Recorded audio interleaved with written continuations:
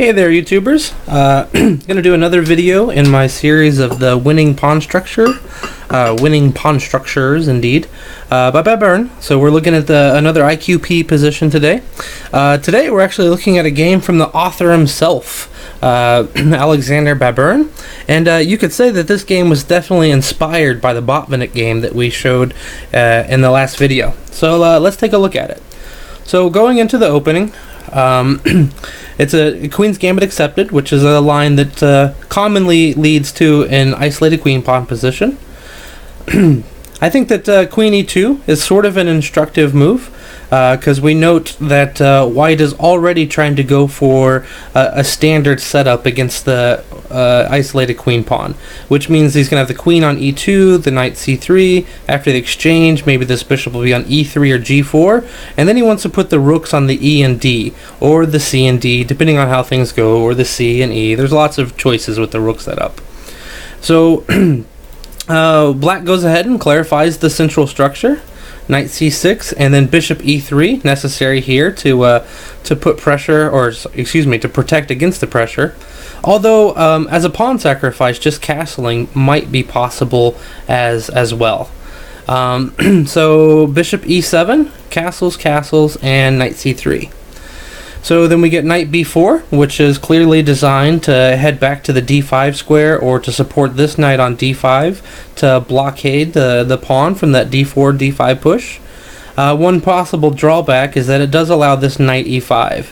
And you notice that just like in the Botvinnik game, we're already establishing this pressure on the e6 square and the f7 square. We have a knight and a bishop both hitting f7, and then the bishop and the queen coordinate well against this e6 square. So bishop d7, and decides to put his rook on the c file here. There are several choices, of course. Here I think that he probably chooses the c file because d5 is pretty well blockaded with the two bishops, or excuse me, the two knights and the pawn, and then the other bishop likely to come to c6. So d5 seems less likely. So instead he decides to put his rook on the c file, which is open to begin contesting that. Putting the rook on the d file may be less effective because if you can't play d5, then a rook on the d file is a little bit passive. So we get the rook comes out, and actually perhaps better, as Baburin points out, is just to play bishop c6 and not be afraid of this capture. Because what we've done is you've brought a pawn closer to the center that now guards against d5, which means that d5 is going to be virtually impossible to play, at least if you do, it's going to be as a pawn sacrifice. So, and this pawn doesn't really turn out to be that weak. It's pretty easy to defend. The rook can come over, the knight's already defending it. You can only get sort of so much pressure along the c file to play against this pawn, especially since you're not going to be able to play d5 and have that additional space that you need. So this might have been better or more accurate. Instead, rook c8 can't be that bad. I mean, you're developing a piece, you're contesting an open file, it's probably okay. And so after this, he just redeploys the bishop, since notice the bishop's still on d7, there's no real pressure on d4. I can't remember who I heard this from, but they said that you're playing the IQP position correctly when the pawn has no defenders. So right now, the pawn is of course not defended by anything. And I think the point behind that is saying that if your other pieces are active enough and putting enough pressure in other places that you don't need to defend your IQP, that means you're playing it well. So we get bishop c6, which of course intended to try to control the d file. And looking here, it sort of seems like that we have a familiar setup from our earlier videos when we were looking at the f4, f5 push. So notice we have all of our key factors that we were looking at before. We have the rook still on f1, we have the knight safely on e5, and then the black's bishop is not controlling the f5 square. I think the main problem with this plan right now is that d4 is being hit. So potentially, when we were talking about where to put this rook, if we to put it on the d file, we might be able to consider this f4, f5 plan here. But as it is, it doesn't quite work. However, what b6, bishop c6 does do is it loosens the e6 square. And so just like in the Botvinnik game, there's this tactic in the air of taking on f7 and then taking on e6, which of course, as we stated before, is going to get you at least 2 pawns and a rook for the 2 minor pieces. Now, in order for this tactic to work really well, it's important to note that often you need this rook on c8 in order for this to be a fork here, because there could be some lines where black chooses not to capture here and may be able to take with the king. So, for example, if this rook were not on c8 after knight xf7, we could take with the king. And then when the bishop comes to e6, we wouldn't be hitting this rook here. So this is just another key point. So going forward, he just goes for it. Now, this is probably not quite as strong as it was when Botvinnik played, and I think the key difference is that after rook takes and the bishop comes in, he had to take with the bishop this time instead of the queen. So notice that in this analogous position, Botvinnik took here with the queen.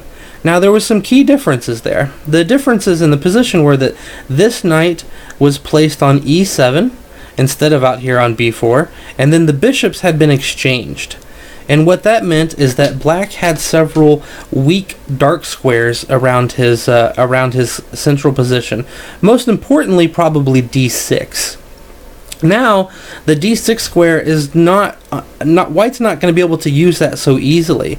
Notice that Botvinnik also had the f3 played, which meant he was going to be able to play knight to e4 and then come into d6. So, which gave him the opportunities to have lots of extra pressure. Now, though, if he plays the queen takes, black could play even something just like knight d5, and then all of a sudden you've just sacked a piece for only 2 pawns, and not nearly as strong as it was in the Botvinnik game. So he of course takes with the bishop, and after this bishop drops back to protect the knight here, because the threat was to take this rook and not take this one, and then maybe get some pressure down the line here. So this just forces black's hand, or forces white's hand, so he captures, and then the king comes in. So in addition to his small material gain, which he's got, the 2 pawns and the rook for the 2 minor pieces, as a byproduct here, he has weakened the black king. This diagonal, the a2 g8 diagonal, is completely open, and he doesn't have this pawn on f7 anymore to sort of hide his king. That's actually going to be a really key factor in this game, as it was in the Botvinnik game, for how this game is going to play out. So he leads off with rook e1, bringing the last piece into the game. Baburin notes that perhaps a3 might have been interesting. After a3, you might get knight c6, and then d5, which is a nice pawn sack here, just going to open some lines. So after knight takes, and then bishop takes bishop, which is going to weaken some of these squares and allow black's pieces to get in, he's forced to take with the knight. Taking with the queen would allow him to take this, allow him to take the, let's see, what was it here? Takes a queen, okay. He's going to play queen h5 check and then take this knight. So for example, takes here, queen h5, can't play g6 because then I'll just take on h7, so the king has to move out of the way, and then we take this knight, and we're just up an exchange plus a pawn. So instead he's forced to take with the knight in this line, and then we get knight e4, bishop f5 comes out, and then brings the rook into the game with tempo here, and then knight d4 is forced.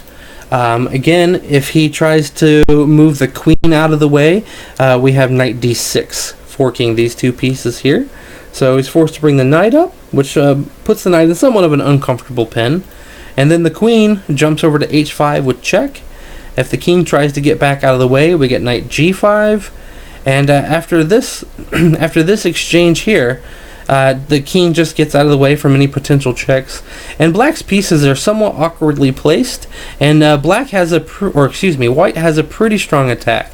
It's almost inevitable that he's going to win the pawn here on h7, and still going to have some problems with his king.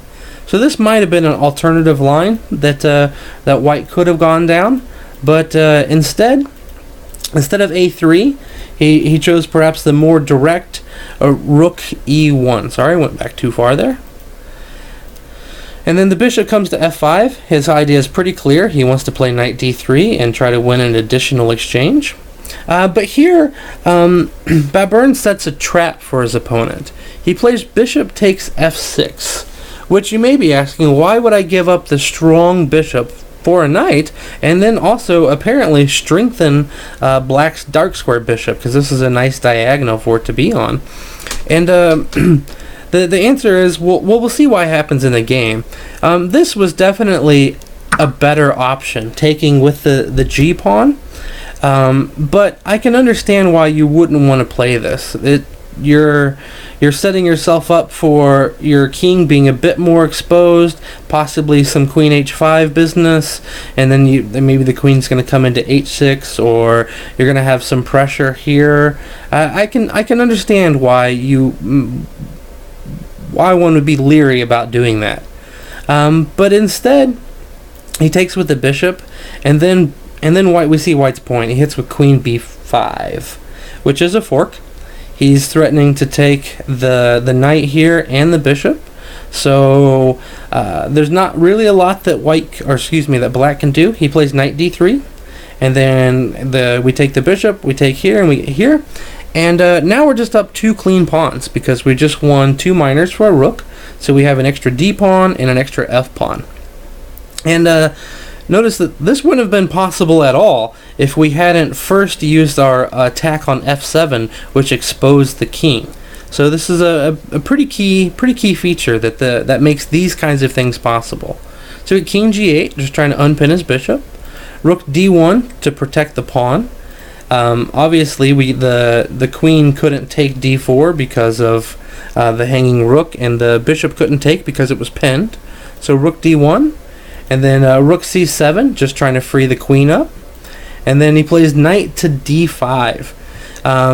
Of course, white is happy with some trades here. He's not going to have any problems just capturing on f6 and then maybe even trading queens, because he has 2 pawns to the good. He has this good pass pawn on the d file. So of course he's going to be happy with trades. So black tries to win back one of his pawns and try to discourage some trades. He plays rook c4, but this is quite a blunder. And white has a move here that just ends the game immediately if you want to take a moment and try to find it. Okay, so if you paused your video, we're back now, and he just played queen e6. Again, taking advantage of the fact that this attack on f7 left the king weakened. His point is, which we didn't get to see in the game because black went ahead and resigned right now, is that after king h8, we're just going to take on f6, and if he captures back, we'll just grab the rook, and we'll be... Actually, I'm sorry. If he captures back with the queen, we're just going to mate him. If he takes back with the pawn, then we're going to come grab this rook, and we'll be a whole rook up. So rook c6 is a way of trying to get our material back. But then white has a simple queen d7, when again this queen can't capture because of the mate on e8, and if the rook captures again, he loses his queen and gets mated. So I think it's pretty obvious that this is a resignable position. But again, really interesting game, and really thematic, showing that the old ideas from back in Botvinnik's day still make sense here. Let's go back and take a look back at the middle game of this game again.